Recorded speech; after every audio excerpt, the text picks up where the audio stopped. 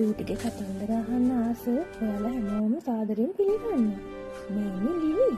අද අපි ලිලිගේ කතාව බලමුද? ලිලි හරි ආසයි බලන්න. අද ලස්සන දවසක්.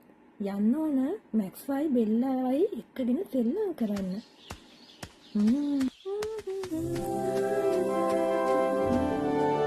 කොහමද මැක්ස්? කොහමද ලිලි? ඉතින් අපි අද සෙල්ලම් කරමුද? ඉතින් මේ මැක්ස්යි ලිලි දැන් යනවා එයාගේ අනෙක් යාළුවා හම්බෙන්න. එයා තමයි බෙල්ලා. බෙල්ලත් ආවම අපි ඔට්ටු සෙල්ලම් කරමු. හරි ලිලි, අපි ඔට්ටු සෙල්ලම් කරමු. අනේ අන්න බෙල්ලා එනවා. ඔව් බෙල්ලා එනවා. ඔන්න මං ආවා. යම් සෙල්ලම් කරන්න දැන්. යම් සෙල්ලම් කරන්න. අපි අද ඔට්ටු සෙල්ලම් කරමු. යාළුවෝ තුන්දෙනාට හරි සතුටුයි. කට්ටිය ඔට්ටුවට දුවන්නයි හදන්නේ. මැක්ස් රෙඩිද? දුවමු. හරි බෙල්ලා දුවමු. බෙල්ලා එන්න. මේ යාළුවෝ තුන්දෙනා දැන් තරඟෙට දුවනවා. ලොකු උස්ස තනකොළ පඳුරු අස්සෙන්, ගස් අස්සෙන්, වැල් අස්සෙන් මේ තුන්දෙනා දුවනවා. තුන්දෙනාට දැන් කිසිම මහන්සියක් නැහැ.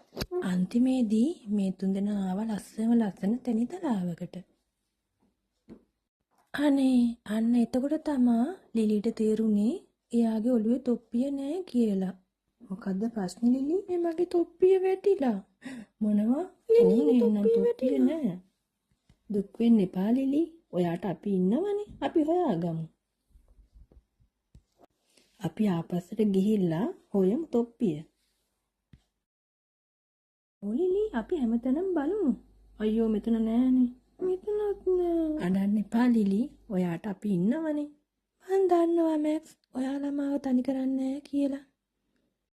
ඕම ඉන්න.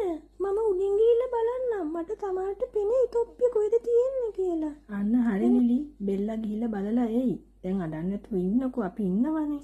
බෙල්ලා හොඳටම පියෑඹුවා. ලිලි මැක්ස් එන්න මම තොප්පිය හොයාගත්තා. බෙල්ලා තොප්පිය හොයාගත්තා. බෙල්ලා තොප්පිය හොයාගත්තා. ඉතින් අන්තිමේදී බෙල්ලා නිසා ලිලිගේ තොප්පිය හොයාගත්තා.